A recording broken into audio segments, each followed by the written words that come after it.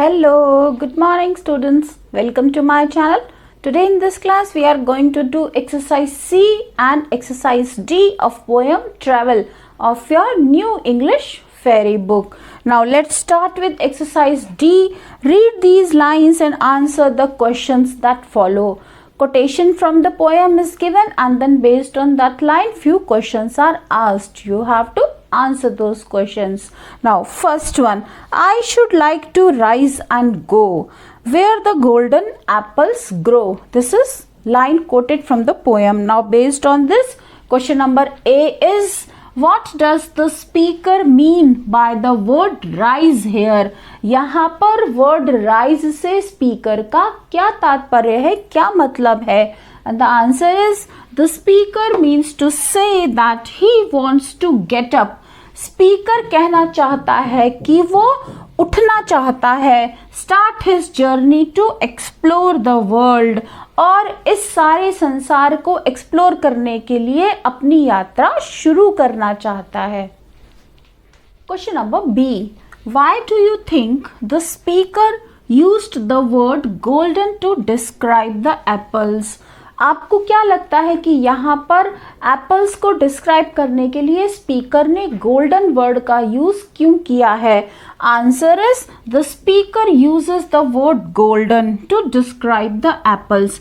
Speaker apples को डिस्क्राइब करने के लिए शब्द गोल्डन का यूज करता है क्योंकि he refers to the myth in which Hercules was tasked with obtaining the golden apples from the garden of the Hesperides. क्योंकि वो उस काल्पनिक कथा को रिफर कर रहा है, उसकी बात कर रहा है जहाँ पर हरक्यूलिस को ये काम दिया गया था कि वो हेस्पेराइड्स के गार्डन में जा कर के गोल्डन एप्पल्स को लेकर आए.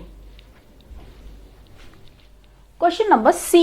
What characteristics of the speaker do these lines reveal? Speaker के किस चरित्र का वर्णन ये पंक्तियां करती हैं? Answer is, these lines reveal that the speaker imagines to travel to far away places, some real and some fictional. ये पंक्तियां बताती हैं कि स्पीकर कल्पना करता है दूर दराज के क्षेत्रों में यात्रा करने की, ऐसी जगह है जो कुछ तो वास्तविक है और कुछ केवल काल्पनिक है. Quotation number 2. There I'll come when I'm a man with a camel caravan. Now this is quotation from the poem. Based on this, question number A is, what does the speaker mean when he says when I'm a man? Speaker का क्या मतलब है जब वो ये कहते हैं कि when I am a man? The answer is, when the speaker says when I'm a man, he means that when he will grow up. जब स्पीकर कहता है कि when I am a man, जब मैं एक आदमी हूँगा, उसका मतलब है कि जब वो बड़ा हो जाएगा. Because he imagines himself as a child while writing the poem. क्योंकि वो अपने आप को एक बच्चा समझते हैं, ऐसी कल्पना करते हैं जब वो इस कविता को लिखते हैं. Question number B, where does he want to go? वो कहाँ जाना चाहता है? Answer is, he wants to go to the ancient city which is now empty lying in the desert sands of Egypt. वो एंशियंट सिटी, एक पुराने शहर में जाना चाहता है जो इजिप्ट के रेतीले रेगिस्तान में है और अब वहां बिल्कुल सुनसान है, वो बिल्कुल खाली है. Question number C, What does he intend to do there? वो वहां पर क्या करना चाहता है? Answer is, he intends to light a fire in one of the dining room and observe the paintings on the walls. वो वहां पर किसी एक घर के डाइनिंग रूम में रोशनी जलाना चाहता है और वहां की दीवारों पर टंगी हुई पेंटिंग्स को देखना चाहता है. Exercise C. Answer these questions in 80 to 100 words. Now question number 1 is, describe how the speaker's imagination is vividly brought out in the description of the places he wishes to visit. यहाँ पर आपको वर्णन करना है, बताना है कि speaker ने जो कल्पना की है उन जगहों पर जाने की जहाँ पर वो घूमना चाहता है, उसका वर्णन उसने इस कविता में कैसे जीवंत कर दिया है, उन जगहों को कैसे सजीव कर दिया है उसने इस कविता के माध्यम से आपको इसका वर्णन करना है. Answer is, in this poem the speaker's imagination is vividly brought out in the description of the places he wishes to visit. इस कविता में कवि ने अपनी कल्पना को जीवित कर दिया है उन जगहों का वर्णन करके जहां पर वो जाना चाहता है. The speaker imagines being able to travel to far away places. Speaker कल्पना करता है उन दूर दराज के क्षेत्रों में यात्रा करने की.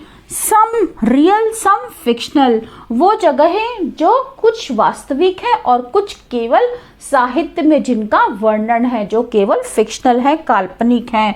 The land where golden apples grow में refer to the myth in which Hercules was tasked with obtaining the golden apples from the garden of the Hesperides. वो जगह जहाँ पर सुनहरे सेब उगते हैं, शायद वो उस काल्पनिक कथा का वर्णन किया गया है इसमें, जहाँ पर हरकुलिस को कहा गया था, ये काम दिया गया था कि वो हेस्पेराइड्स के बगीचे में जाकर सुनहरे सेब ले करके आए. अनदर फिक्शनल लैंड, एक दूसरा काल्पनिक स्थान the speaker would like to visit is the desert island. जहां पर स्पीकर यात्रा करना चाहता है, जहां पर वो जाना चाहता है, वो है सुनसान एक आइलैंड, सुनसान सा द्वीप. Where Robinson Crusoe hero of the Defoe's novel lived, जहां पर डेफो के नॉवल का एक चरित्र रॉबिन्सन क्रूसो रहता था. The speaker then mentions China's great wall, और स्पीकर उसके बाद चाइना की ग्रेट वॉल को मेंशन करता है, उसका यहाँ पर जिक्र करता है. Scenes from Egypt and Africa are, Egypt और अफ्रीका के दृश्यों को एनविजन्ड, सजीव किया गया है. In the last paragraph, the speaker discusses an ancient city. और आखिरी पैराग्राफ में स्पीकर एक पुराने शहर को डिस्कस करता है, उसका वर्णन करता है, which is now empty, जो अब खाली है. Lying in the desert sands of Egypt, और जो इजिप्ट के रेतीले रेगिस्तान में स्थित है. Question number 2. Write a short note on any one thing about the poem that you like most. आपको इस कविता में कोई एक चीज जो सबसे अच्छी लगी उस पर एक छोटा सा नोट लिखना है.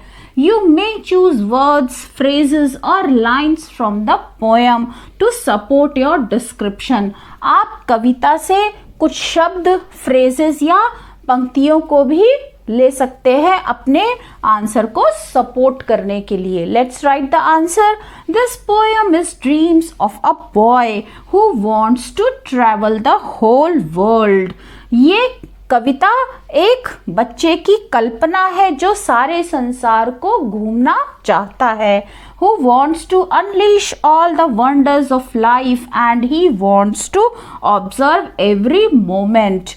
जो अपनी जिंदगी के आश्चर्यों को ढूंढना चाहता है, जो लाइफ को मज़ेदार बनाना चाहता है और जो अपनी लाइफ के हर एक मोमेंट को, हर एक क्षण को ऑब्जर्व करना चाहता है. Point without any biased feeling, प्राकृतिक बिंदुओं पर बिना किसी भेदभाव के. In this poem the boy is only day dreaming. इस कविता में बच्चा केवल दिन में स्वप्न देख रहा है, डे ड्रीमिंग कर रहा है.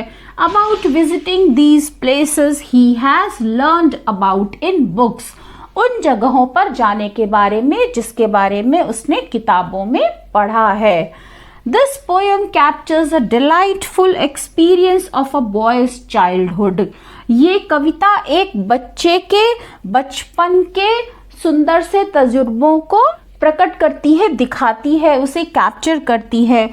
The process of developing his theory of mind and his imagination by reflecting on books that he has read.